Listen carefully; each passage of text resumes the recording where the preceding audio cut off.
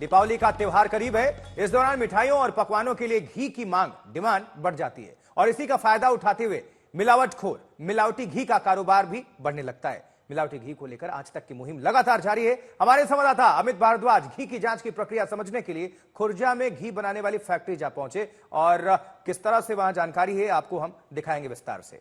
Operation dirty घी। तो इस वक्त हम लोग उस सेक्शन में हैं फैक्ट्री के जहां से हम सैंपल्स उठाने वाले हैं और चंद्रप्रकाश जी हमारे साथ ही हैं। तो सर ये यहाँ प्रोसेस आपका जो घी होता है वो पहुँचता है, राइट? ये हमारा जो है जो हम डिस्पैच करते हैं टू द सेल, वो उस गोदाम में हम चल रहे हैं।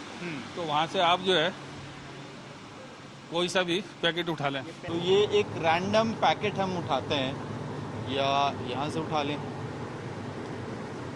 और इस पे मैं सैंपल 3 लिखने वाला हूँ क्योंकि हमने जो वहाँ बाज़ार से उठाया था उस पे हमने S1 की मार्किंग की है, तो उसको जो है अब हम इसको S3 की मार्किंग यहाँ पे करने वाले हैं। खनलाल जी हैं हमारे साथ। सर ये जीसी क्रोमेटोग्राफी क्या मतलब होता है इसका? इससे घी की प्योरिटी पता चलती है। अगर घी में कुछ भी किसी ने मिलाया तो इसकी जीसी जो गैस क्रोमेटोग्राफी है वो कम हो जाएगी।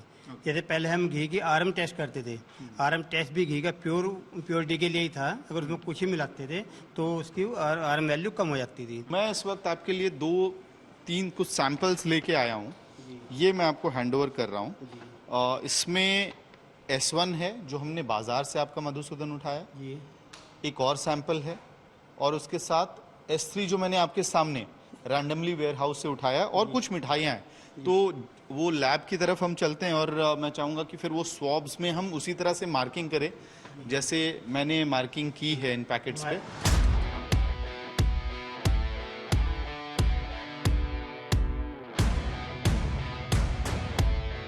इनके अंदर सैंपल्स रखा, राइट? तो हमने जो 2 सैंपल इस वक्त लिए हैं वो S1 और S3 के 2 सैंपल्स हैं। इस वक्त क्या हो रहा है? सबसे पहले हम सैंपल को मेल्ट कर लेते हैं, जो ट्रांसपेरेंट हो जाए मेल्ट, क्योंकि हम सैंपल को फिल्टर के थ्रू सोडियम सल्फेट केमिकल के थ्रू इसको फिल्टर करते हैं। सोडियम सल्फेट इसके अंदर का मॉइस्चर ख़त्म करता है। तो उसको मॉइस्चर को ख़त्म करने के बाद हम इसको फिल्टर करने के बाद हमारा एक केमिकल है हेक्सेन, उसके अंदर हम इसको मिक्स करते हैं। मिक्स करने के बाद फिर हम मशीन पर लगाते हैं।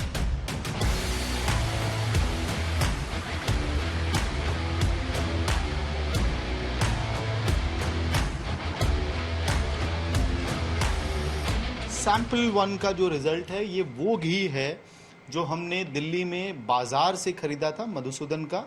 वो सैंपल 1 हमने नाम दिया था, S1 नाम दिया था। वो भी 101% आया, यानी कि जो परमिसिबल यूनिट लिमिट है ISO की उसके तहत।